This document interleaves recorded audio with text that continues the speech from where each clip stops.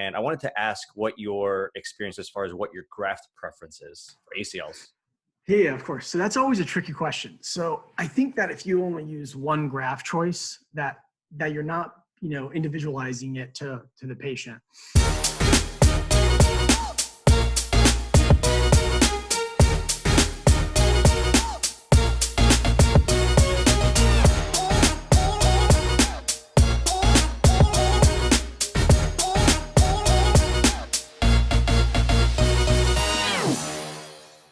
Welcome to today's podcast. I have a very special guest. I have Dr. Nima Mehran, who is an orthopedic surgeon out in Los Angeles, California. He was previously with the medical staff with the Los Angeles Lakers, Kings, Dodgers, and the University of Southern California football team. So he obviously brings a lot of unique experience in that field as well. We've been able to connect through Instagram, and he has been a great resource as far as me. He answers a lot of my ACL questions, so I had to get him on the show. Welcome to the show, Nima. Happy to be here, man. I'm excited to talk to you and looking forward to discussing all these topics today.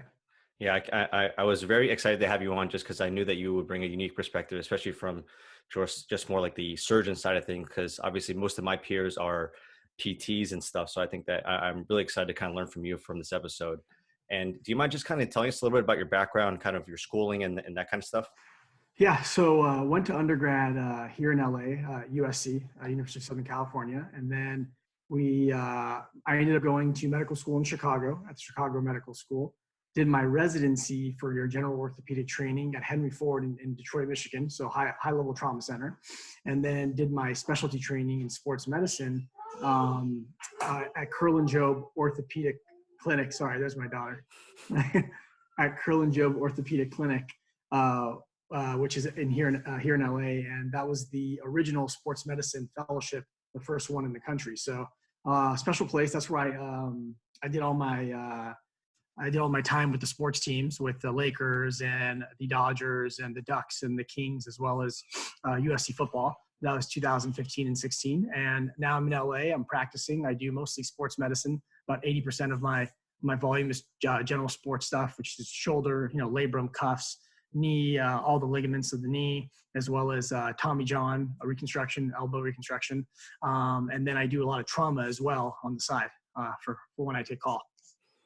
Gotcha. Needless to say, you are very, very busy. And I think that I definitely want to get you on just with your experience with ACLs. I know you post a lot of ACL content, and we can kind of just dive into it. And, I posted on my social media about questions that people had and even questions that I might have for you. And I wanted to ask what your experience as far as what your graft preference is for ACLs. Yeah, of course. So that's always a tricky question. So I think that if you only use one graft choice, that you're not, individualizing it to the patient. One of the things that I pride myself on, and a lot of my colleagues, is being able to do any graft.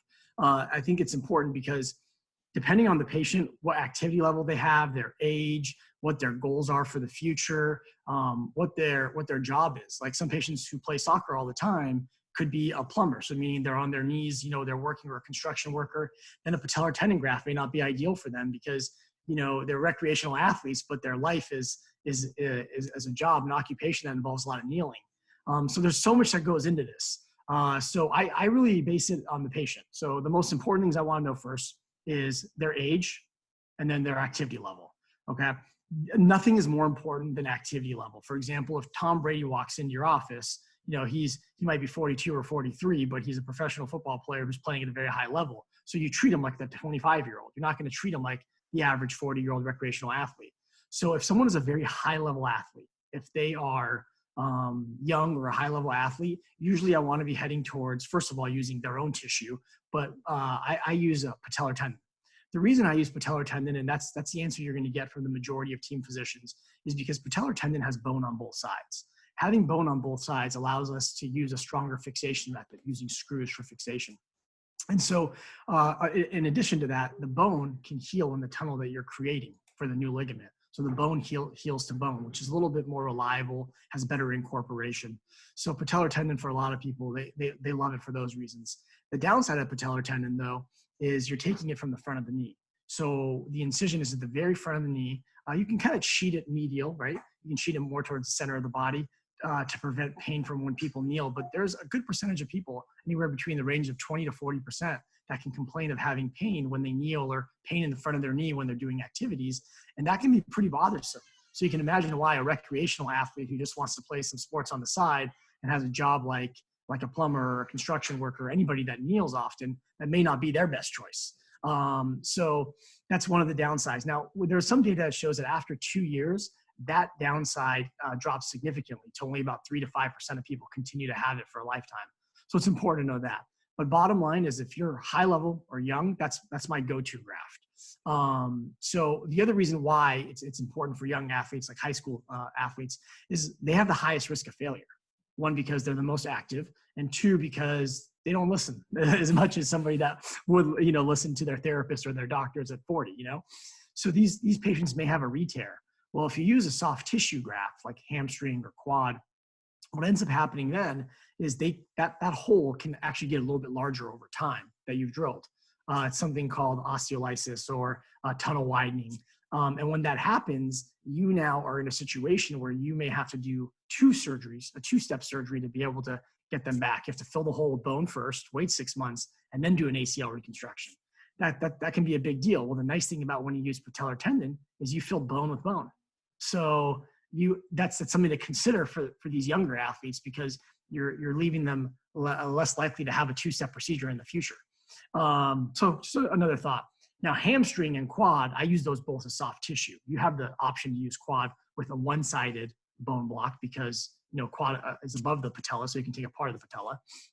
Now, those are both great options as well, but I use those more for my recreational athletes. It doesn't have bone on both sides, so I use those for recreational athletes who want to continue playing sports. They may be a little bit older, late 20s, early 30s. They're not playing at a high level anymore. They just want to be able to play cutting sports, occasionally. So it's a good option for that. I prefer quad to hamstring personally.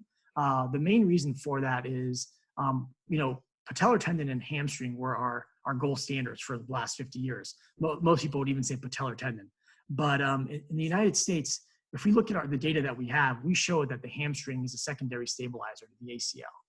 And one of the things that very well, and we've talked about, is one of the reasons a lot of athletes do tear is that they have a very high quad to hamstring ratio. Their hamstrings are not very strong, and their quads are super strong. They're very quad dominant, right? That anterior chain. And so what ends up happening is these patients have weak hamstrings, and now we're taking that hamstring graft from them. So in theory, you can actually make that ratio even worse. So by taking a quad or a patellar tendon, which can weaken the quads a little bit, that you're making that ratio smaller, which can be protective for the ACL graft.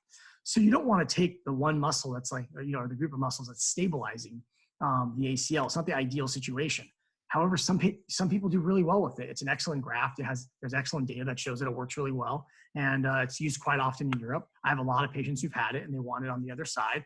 So it's a good option. You want to be able to do that option.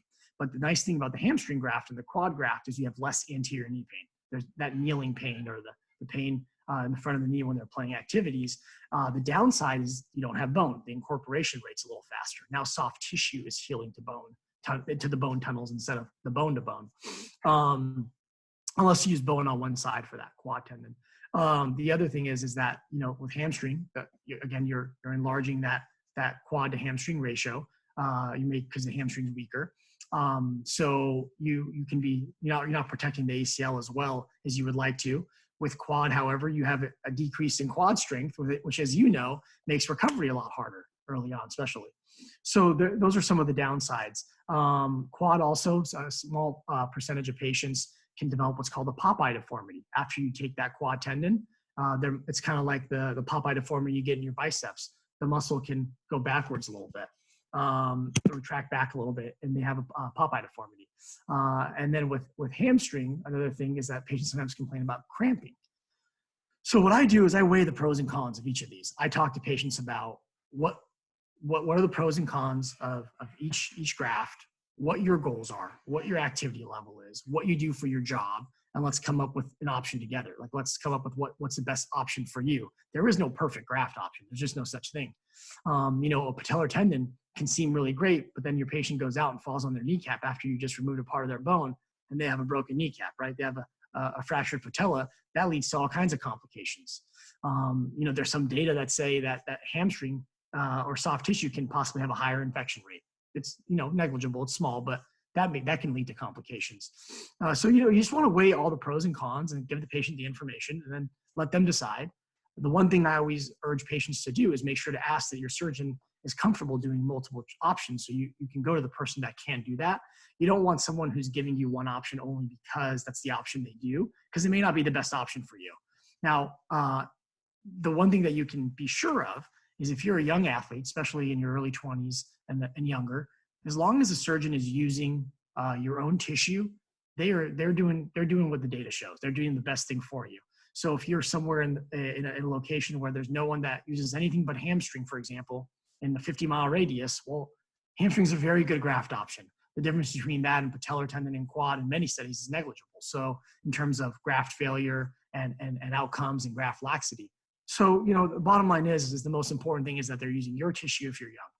Now, if you're over the age of 40 and you're playing recreational sports and, you're not playing the same kind of activity level that you were in your 20s, there's a lot of data that shows that allograft, using someone else's tissue, has equivalent outcomes to autograft. So for me, someone who's, in that near that 40 age group, if I was going to have an ACL reconstruction, if I tore my ACL, if I decided I want to continue playing basketball or soccer or doing some of the things I like to do, I would probably use allograft for me personally. But I wouldn't have done that 5 years ago because I was playing basketball at a different level and I was more active and I was doing it 3 or 4 times a week. I would have wanted probably patellar tendon at that point. So kind of examples of all the things that you have to think about. Yeah, I really love that. I think that, your philosophy when it comes to individualizing the surgery is very similar to what I do as far as the rehab world, as far as individualizing the treatment to the patient. I'm not going to treat a basketball player the same way I'm going to treat a soccer player, or like you said, even someone in their 40s and 50s. Rehab is going to be a little bit different, just the same way as you said with your surgeries. And I think that alone, just your whole spiel right there, as far as surgery goes, is already a ton of information. I think that a lot of young clinicians, even myself included, can learn from. At least in my area, the quad tendon is not super popular yet. Like, I actually just got my first 2 fresh ones. But I do think that, I think you told me that you believe that it's in the future, that you believe that there will be more quad tendons and that things might decrease a little bit less. Well, so what happened was, I think it was in 79, there was a surgeon that created the quad tendon originally. He was using it for ACLs and had terrible results. One of the reasons was he was taking a full thickness graft. So he wasn't taking a partial thickness. So he was kind of leaving a big hole where your quad is. Patients were having difficulty with knee laxity. Their ACLs were pivoting more. I think that it was just the technique wasn't, great yet. Well, then in the late 90s, Fulkerson, who's an excellent surgeon, has a very good reputation. He started doing it a little bit differently, using an all soft tissue quad graft, kind of similar to the way I do it, smaller incisions, partial thickness. And the results, his 15-year results were much better. So a lot of people, a lot of the younger surgeons who are using it now, they're using it oftentimes in place of a hamstring. So the reason is there's some data, and remember, hamstring, quad, and patellar tendon across most studies, and there's thousands of studies on this stuff. It's just unbelievable how many ACL studies there are. But across most studies, they have pretty similar clinical outcomes, similar rupture rates, similar success rates, similar return to play rates, similar laxity rates. There's a lot of similarities. Now, there's, in some studies, smaller subsets, you'll find that maybe quad and patellar tendon may have a little bit less laxity, or they have a smaller, rupture rate in some studies, but in others, that's not true. So it's hard to say that there's a strong difference in one way or another, because you can easily say, well, I found this in this study, but this study contradicts it. As you know, when you look at studies, this other study contradicts it, which is really well done too. But there's a slight possibility that hamstring has a higher rupture rate than quad and patellar tendon, based on some of the better data we have out of the Moon studies. And if that's the case, and you think about the fact that the hamstring is a secondary stabilizer and it's a soft tissue graft, and you have quad, which is thicker, stronger, and a little bit more reliable when you're predicting the size, it's easy to say, well, hey, I can do hamstring, but maybe I should learn quad, because there's going to be some patients where maybe quad's going to be a better option. And I think what's happening in some of the surgeons I know is quad is slowly replacing hamstring as a soft tissue graft, especially because we don't want to take the secondary stabilizer. So I think that you're going to be seeing a lot more quads. I've been doing them for 4 years now, and I learned them as an attending. I didn't learn them in my fellowship. One of my colleagues who learned it from Fulkerson taught me, and I was really blown away with how successful it's been so far. Cool. Yeah, that's really cool. And that kind of flows perfectly right into the next question about, are there any surgical or rehab differences when it comes to male versus females? Interesting. Well, I mean, you're probably the best person to answer that question, right? But what, so I don't change my rehab. I change it more based on, sports. Like I talk to therapists individually about what sport a patient is playing rather than male versus female. Rehab wise. I think that the surgical wise, it can adjust things a little bit because sometimes a 6'9" male playing basketball you need a different size graft than a 5-foot female, playing soccer, right? Like her notch may not be as large as a larger male. So if you have a wider notch, you have more space to put a little bit of a larger graft in, things like that. Because you don't want to put in a graft and have any impingement, because then that's going to decrease their motion, and you guys are going to struggle with getting their motion back when you're working with them. So surgically, there's some of that sizing wise. But rehab wise, I don't change it based on male or female particularly. I ask for the return to sport protocol to be a little bit different when you're evaluating different types of athletes for sports. Cool. Yeah, that's really What about you? Yeah, I guess rehab wise, not a major difference. And like you said, I try to promote I try to make things simple when it comes to rehab. It's just, I'm really big on making sure the foundation is set right as far as full range of motion, getting the swelling down, getting the quads contracting. And then once their foundation is set, we're just loading after that. And let's just get you as strong as possible. Exactly. I pretty much tell every single kid that comes in to see me that I want you leaving me at the end of whenever, that I want you to be the strongest version of yourself. And a lot of these kids, they're hitting PRs when they're with me for squats and deadlifts and RFS, all those exercises that are really important to build up quad, hamstring, glute strength, just because I want them to be as strong as possible. So, I'm sure some of them never even did it. They probably never even did squat, Yeah. Those are the hardest ones to deal with, to be honest, just because you're almost teaching them from the ground up as far as like, hey, we're going to start squatting. We're going to start doing split squats and all these different exercises that they've never done before, teaching them about tempos, teaching them about, all the kind of stuff that ends up making a big difference in rehab. And at least for me, I've had some, I would say between, like, if you ask me like my graft preference as far as the rehab goes, I've had some, particularly with the girls with the hamstring graft, it takes a long time to regain full strength in that hamstring. Some people struggle with it. And I think another thing is body type ends up mattering also. If you're a little bit shorter, that might matter also. And I think girls naturally are already more quad dominant, especially if you're looking at like a lacrosse or soccer player. So I'm in full agreement with you that it needs to be individualized. And my preference is I'll take, I guess, essentially a little bit of anterior knee pain. Obviously we want to avoid it, to not have to deal with taking away a knee stabilizer. And I had a patella tendon myself too. And when as soon as you mentioned the kneeling problem, I can remember back in rehab where she was having me do an exercise and have me kneel, and I just didn't want to do it because it's so sensitive at the time. But I'm 10 years out from ACL surgery and I can kneel on my knee completely fine now. Yeah, exactly. I'm thankful to not be a part of that 3 to 5% that you mentioned earlier. Yeah.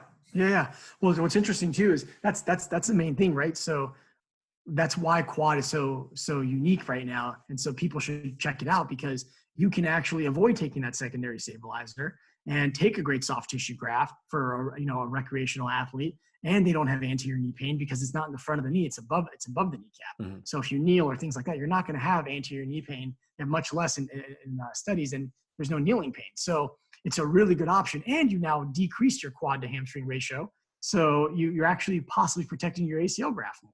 So it's actually a good situation. Yeah, that's something definitely really cool to consider.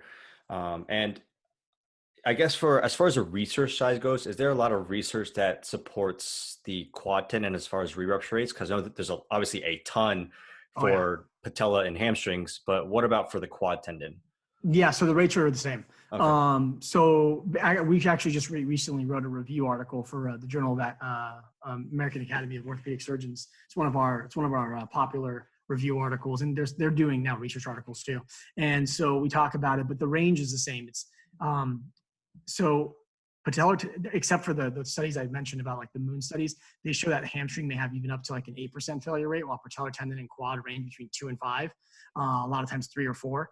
Now that data is a little bit skewed, right? Because you have to remember there's certain percent of athletes that aren't going back to sports, right? So when we say that we have like a 5 to 10% failure rate on grafts, why are only 70% of the athletes returning to sports, right? So that data on that 5 to 10% that we're getting, it's out of people who, if we took that data and only did it out of people who actually truly are playing sports, it's probably a little bit higher, because that includes people who are not playing sports, my point. But it's about the same. There's no major difference in laxity. There's no major difference in clinical outcomes, patient reported outcomes, no difference in graft rupture rates. So overall, clinically, all three are pretty equal. Cool. Thank you for watching today's video. Please feel free to like and subscribe and share it on your social media platforms. If you're interested, I have started an ACL Mastermind group, which is a growing library of content centered around ACL rehab. It has exercises ranging from immediate post-op to late-stage sports-specific movements and everything in between. It's a growing library and currently holds over 250 videos. There's content centered around assessments, movement breakdowns, exercise breakdowns, case studies, and a whole lot more. You also gain access to a private forum where you can engage with like-minded people, ask questions, share research articles, and share resources. If you're interested, please feel free to click the link below. Thank you for watching.